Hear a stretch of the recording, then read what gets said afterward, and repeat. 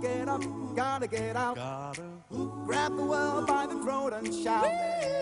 Gotta find it, get us a shell. Making bread out of nothing but air. Riding high, then hitting the ground. Catching a penny, but missing the pound. Doesn't matter, cause we'll soon turn it around. Soon as we get home, we make it and we take it home. And nothing's gonna break it home. We'll keep it in the family. We'll be right at home. You can't wear those. It's not a party. We're going to court. Oh, it doesn't matter these days, Mum. You can wear anything anywhere. I want the magistrate to see what a respectable family your father has. It doesn't matter what your dress is in, Mum. We're still going to look devious. When you're born and bred and brought up in this city, your face takes on a pirate's look. Is my hat all right? Oh, you look lovely, Mum. You won't forget your skirt, will you? I mean, if your father had to steal something, why couldn't it be something tasteful? Why must it be a corporation dust cart? Well, he saw it differently, didn't he? That cart was his Rolls Royce. I don't know what my life's coming to. Do you still love him? I don't know what that word means anymore, love. Well, when you see him, do you go all soft and melting inside? When I see him, all I do is panic. First the DHSS, now the courts. Well, if he died, would you cry? Of course I'd cry. I cried for Sparrow died. Daft question. Do me up, please, love. I should never have let go of real estate. Don't you miss him in your life? In your bed? Come on, Aveline, we're going to be late. Hurry up. No, we're not, Mum. Well, don't you? I did once. But he was busy in Lilo Lil's bed, wasn't he? And with that trollop, it must have been like a circus trampoline. Come back, you know, Mum. Properly, I mean, if you'd let him. Am I the only one here that thinks that life is hanging by a thread? He's a dreamer, love, a poet. Walter Mitty with bells on. But he's reached that age now. Men don't reach that age, Aveline. Only women do that. Oh, I mean the sensible age. The age where he's able to look at what he's got and appreciate it, instead of wandering off. Oh, he'll always wander off. And when this court case is over, he'll wander off again. Nothing can stop men like your father, Aveline. If he was in an iron lung, he'd wink his way around so long as he had his head free. How can you tell, Mum? When you first meet them, how can you choose? You can't, love. Getting married is like going to a sale room. You buy something because it's beautiful, and when you get it home, the handle falls off. It'll all be over when I'm dead. Hello, yes. It's me. Oh, hello, Grandad. I want to go horse racing. Horse racing? What's brought this on? I always went to the races. Where's Joey? Well, look, Grandad, we're in a hurry now. We've got to go out. Joy will come round and see you when we get back, all right? Every week I went. I never go anywhere now. I'll see you later when we get back. I never go anywhere. Come in. Everything all right? Oh, hello, Joey. Come in, yeah. All right. Everybody ready? Billy's going to meet us there. He's going with Julie. Supposing the judge says to me, Dad, you should really go to prison, but I'm going to grant you bail because you've got a loyal and loving family to go to. He can come here. Oh, Ma'am. Great. I'll go and hurry our Jack and our Adrian up. I'm here. Oh, yeah. I'll go and hurry Jack up.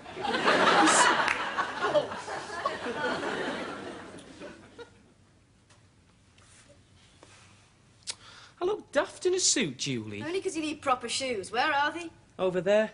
I don't like polished You shoes. can't wear those with a suit, Billy. Come on, behave. Oh, you look beautiful. Put your foot in, Billy. We're late. I don't know what my mum's gonna say. Won't matter what she says, will it? We'll be married, won't we? We'll be here, together, in this house. It'll seem funny not sitting round the table with the others. Here we go. No, it'll be nice sitting round the table with you and Francesca. It's what I've always wanted. There. Can you stand up in them? How long's the mass? It's a service, Billy, in an office. How long? About 20 minutes. Will there be anywhere to sit? Look, Billy, why don't you just go to bed? I'll bring the registrar here. Only I don't know much about weddings, do I? I've never been to one before. No, well, you wouldn't, would you, with your family? Weddings are respectable things. They only get buried in our family. I'm glad we're going in our car. No fancy limousines. A secret wedding. A secret proddy wedding. At least we're doing something normal. Not appearing in court on a charge of borrowing something. It's also secret that I don't even know the best man. We had to find someone, didn't we? We're just lucky my brother was in Liverpool. He'll be going back to Leeds as soon as the wedding's over. Come here, love. I'm doing this for her, Billy. You and I don't really need to be married. Let's face it, we could wake up in the morning and feel as far apart as a bow-legged man's knees. Or closer. We could wake up and feel closer. Yeah. I quite like those words. We could wake up. Sounds legal. I hope my dad gets on all right in court. I don't know how I'm going to face them all this deception. You're deceiving people all the time.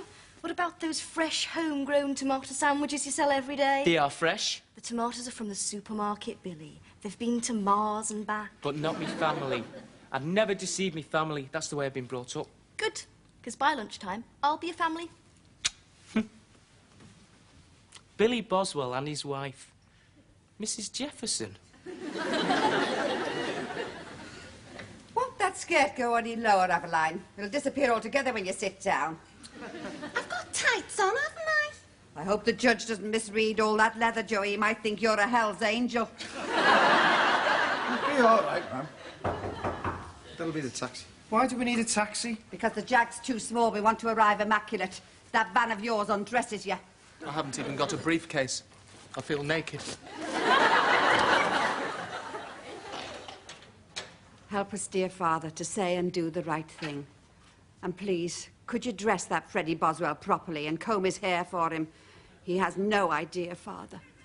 Amen.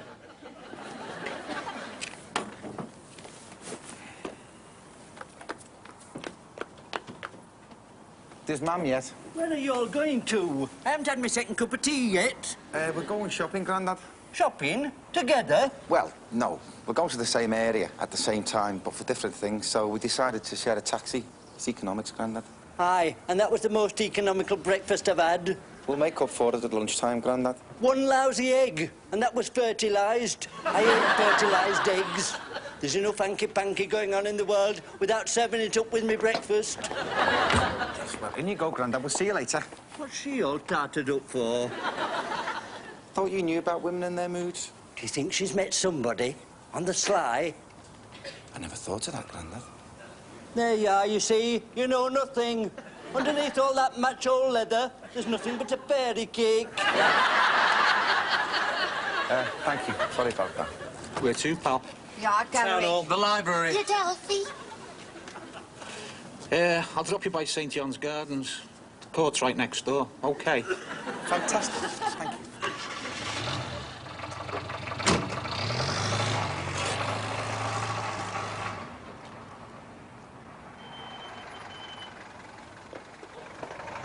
OK, Julie?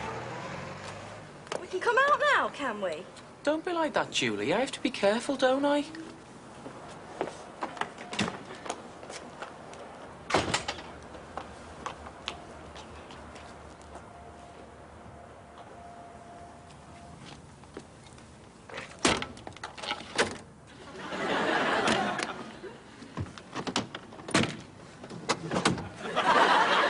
Honestly, I think we're part of a circus, not a wedding party.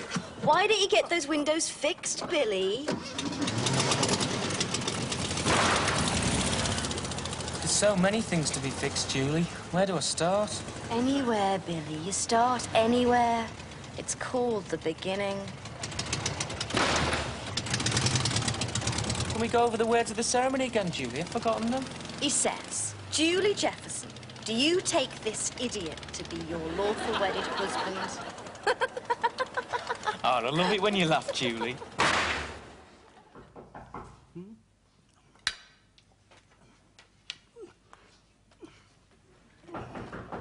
All right, I'm not a bloody skateboard.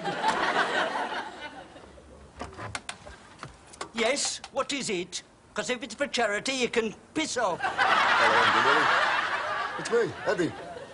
You remember? Charlie's son. Your brother Charlie. Me brother's dead. I know. His son were a great pansy. Got for America, he did. I'm back. You don't look like Eddie. I was only a lad when you last saw me. You were 23 years old. You always had a vacant look, as if there was nobody at home in your head. There are no vacancies now. You'd better come in. They've all gone off somewhere. Have you had your lunch? 'Cause they've left mine, and there's never enough for one, let alone two. Oh, that's up, thanks. And don't stare at me. I don't like people staring at me when I'm eating. Oh, it's nice. Very nice. What happened to the Flying Ducks? Our Jack sold them. Did sell your soul, that lot. What are you doing here, anyway? Ah, it's a long visit. To see the folks back home, you know, all that. Did you make a balls of it in America as well, then? No. No, I've got a business. A delicatessen in L.A., Hollywood Boulevard. It's going fine. Going fine. How's the family, then? Devious as ever. All well, are they? I suppose they are. They don't look well. When I were a lad, I had ruddy cheeks, mechanical legs. Like a toy wound up, I was. That lot look as if they'd wandered in out of the graveyard. That's fashion. It's trendy nowadays to look pale and agonised. How's Auntie Nellie? Got them all in the place, all running round. Colonel Gaddafi in a pinny. Aye, she always was a tough one. I can see now. You are ready. Are you still a pup? You, Frederick Boswell, are charged with stealing a road sweeper's cart, the property of Liverpool City Council, from Lark Lane Depot on Thursday, 25th of May, 1987. Do you plead guilty or not guilty? I'm as innocent as a baby thrush. Mr. Boswell, could you just answer the question, please? Do you plead guilty or not guilty? Most definitely not guilty. Proceed, please. Mr. Boswell was seen removing the cart from the council premises, and the incident was reported in the afternoon of that same day. On that same evening, the defendant was seen pushing the cart several miles away from the depot. When apprehended by the police and asked where he was going, he replied, "Over the hills and far away." So you see, marriage is a sacred thing. Its function is to bind one man and one woman together in a state of unity and loyalty for life. And that is why we're gathered here in this special place, duly sanctified for the purpose of marriage. Mr. Boswell, did you remove the cart from the council premises on March the 25th? I always removed the cart. It was me job. Yes. And on that particular day, in spite of the fact that you had resigned from the job? I was sacked. I was. Sacked. 12 years I was brushing those streets. You could see your face in them. In spite of the fact that you were dismissed? Sacked. Yet you still left the premises pushing that cart. Yeah. Did anyone give you permission to remove the cart? No. Did you tell anyone that you were going to remove it? No. Did you, perhaps, steal it? No. Mr. Boswell, if somebody told you that they had removed something belonging to somebody else without that somebody else's permission, what would you say they had done? Stolen something. And might I suggest that is exactly what you did with this cart? Not guilty. You said in your statement, Mr. Boswell, that you were in love with the cart. Fond of the cart. That's what I said. I loved the cart. That's what you said. Yeah? Yeah. I do solemnly say, declare, that I know not of any lawful... impediment. Why, I, William Thomas Boswell, should not be joined in matrimony to Julie, Brenda, Paula, Sharon, Jefferson. This man that you see before you is a family man. A man torn between the great sorrow of redundancy and the needs of a loving and caring family. I have been informed that Mr. Boswell is living apart from his family with a Miss Lillian Whittaker, known locally as... How dare you utter that name, Miss George! This is our private, secret, intimate life. And she is a tart! Well, does the defendant have a loving, caring family or not? I regard that as an impertinent question. That's my dad you're talking about. We wouldn't be here if we didn't care, would we? And another thing, we wouldn't be here if we didn't care, would we? In answer to your question, yes, he does have a loving, caring family. You may sit. It is true to say that this man has been through a certain emotional time, yes. All the more reason, therefore, that after years of pushing that little yellow cart around the streets of his childhood, all the more reason why, when he was dismissed from his employment of 12 years, that he should still feel a certain affinity with it. After all, men have been known to have loved their car, to love their boat. Indeed, men throughout history have been known to love a great variety of inanimate objects, and indeed, this man has already explained his relationship with the cart, and I quote, "Walking away from the little yellow cart would be like walking away from the little mongrel that has always been faithful to you," unquote. And I would therefore ask you to bear in mind the old legal maxim when judging this man, actus non fecit reum, nisi mens sic rea. The act is not criminal unless the intent be criminal. Thank you. Only for 1 hour, Julie. It's only 1 hour. But we've just been married, Billy. You should be having lunch with me, not them. I've got to explain, haven't I? It's the only chance I'll get when they're all together. Oh, a fine honeymoon I'm going to have. No Paris or Rome, but sitting in the house on my own. I won't be alone. I'll be with you later. All I need is 1 hour.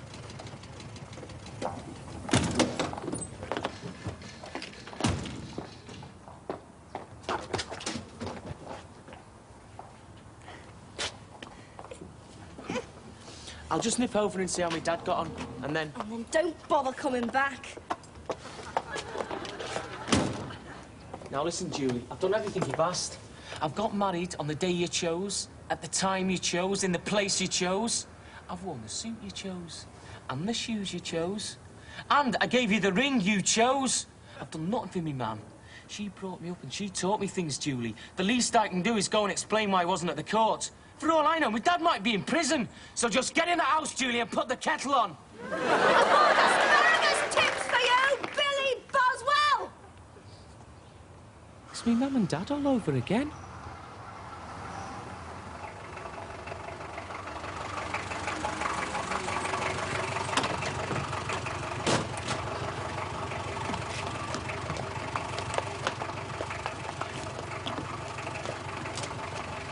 How'd it go, then? Where were you, then? I'll explain it. How'd it go? He's a free man, no thanks to you. Oh, great. I'll just go and tell Julie and I'll be back tonight You've got some explaining to do, son. Now.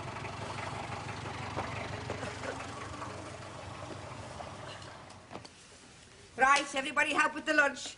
Jack, you get the cold meat and salad out of the fridge.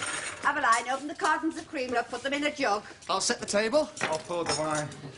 We'll listen to what you have to say, my boy, in a minute. I'm married. Is this some sort of a joke? Talk to him, Joey. No. You too? Julie, of course. She's got me baby, hasn't she? You mean you got married without telling us? It's how Julie wanted it, Mum. That's what you always say. That's what Julie wanted, Mum. Don't you have a mind? Don't you have any opinions? Does she write, play and conduct the music of your life? Don't you have a gun? Our dad needed support today. He needed all of us. It was an accident. The date, I mean, it wasn't planned. We had to take the date the registrar gave us. The registrar? Oh, my God. No carnations, no white frog, no mass. And no ham salad. She didn't want a ham salad wedding. Ham salad. I know what he means. Weddings are a bit of a laugh, aren't they? A bit of a laugh. Well, ham salad. It describes it all, doesn't it? We could have talked, Billy. We could have played it any way you wanted. We did it the way we wanted. But you didn't take Mam's feelings into consideration, though, did you? Hey, the way she would have taken yours. A wedding's a big thing in life, Billy. It's a time for family. You've let us down. Don't use those words. I don't like those words. So, when you wanted to spend nights over the road with Julie, we supported you and ignored the neighbours. When she got pregnant, we stood by you and ignored the neighbours. When you had the baby christened in a Protestant church, we all went through that pathetic service and ignored the neighbours. And now, today, we come home from the court where your father has been fighting for his life. And we find that you have sneaked off, got married, and ignored us. You're no son of mine. You better give her a bit of time to get over it, okay?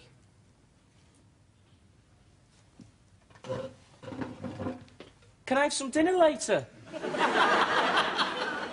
You have dinner with your wife now.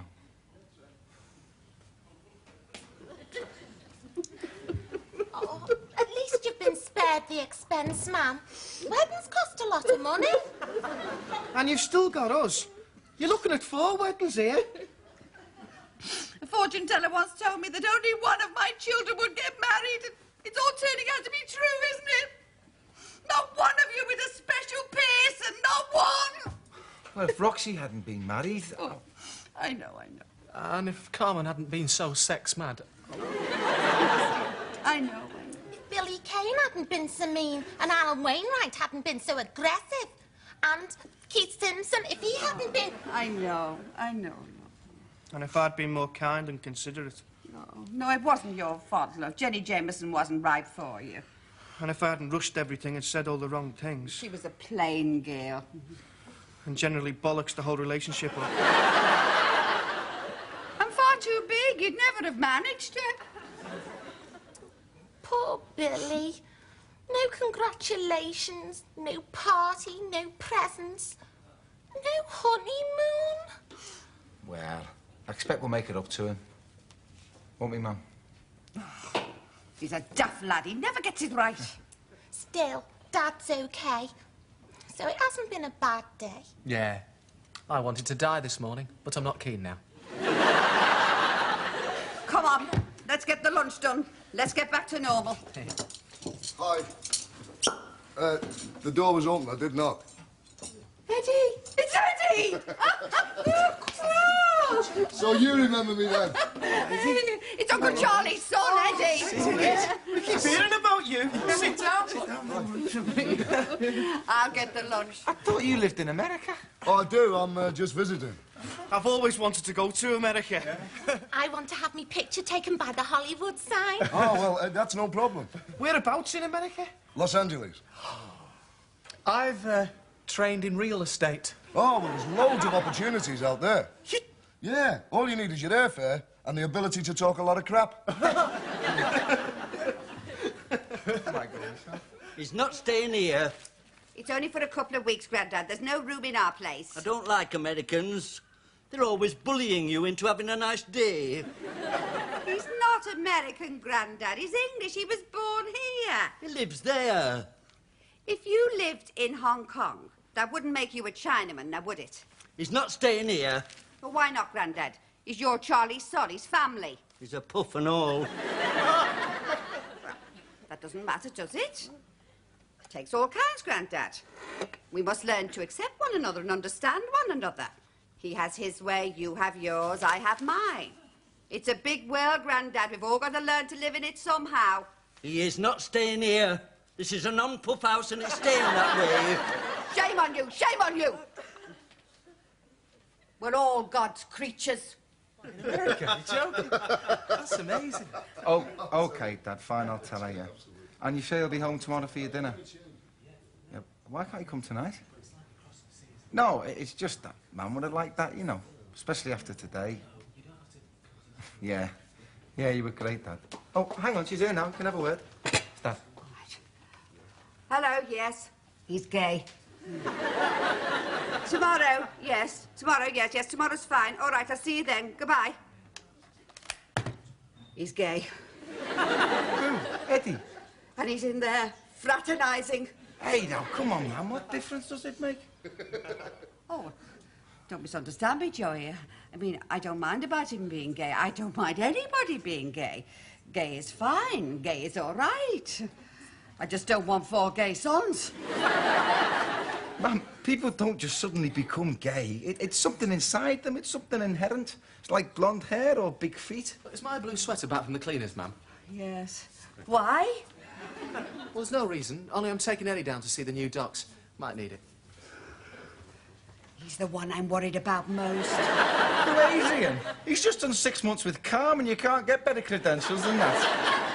I know. But he always carries that briefcase around with him, and you never know, it might be a substitute for a handbag. And what about Jack? You know what he's like? He might come out in sympathy. Look, Mum, you have my word for it. They're okay. And Eddie's okay. They're just different. It ends there. It's funny, isn't it? I'd never have guessed about him. Grandad told me. I mean, he looks like... And he looks like us. Well, what did you expect? I don't know. Yeah, well, that's what's wrong with the world, isn't it? Everybody's running round with their own little hang-ups. Where's he going to stay? Grandad won't have him. See what I mean? We haven't room. I'll have a word with Grandad. Joey, what do they eat?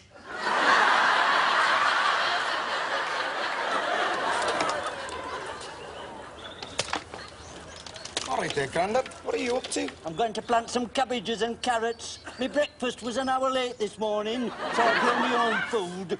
I believe you mentioned the races this morning. No one listens. It doesn't matter. Mum listened. I listened. Now I'm here to listen again. I used to go, that's all. I just used to go. And you'll go again, Grandad. You'll go again. When? When will I go? Whenever you want. I just want a little favour. He's not staying here. You can raid your money box, Grandad. Put it on whichever horse you want. When?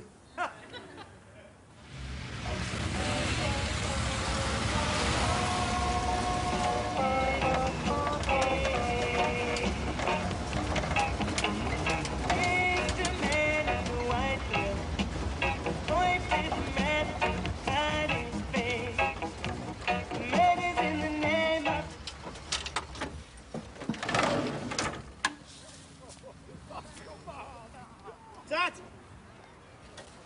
Dad! Oh, it's that, Jack. Hello, son. It's urgent. Urgent? What's urgent? I need to speak to you. Is everybody all right? Yeah? I need a word. Hello, Jack. Hello. You walk on, lovely. I'll catch you up, all right? Isn't it a lovely morning? So what is it, son? I've got something to show you. Oh, I know. You bought some antiques and want professional advice. Over there.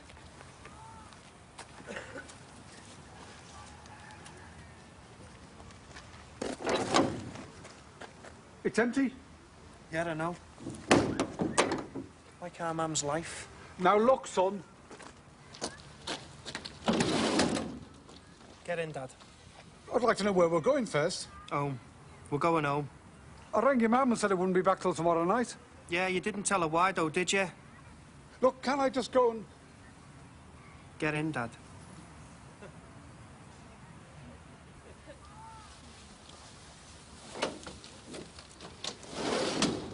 Gotta get up, gotta get out.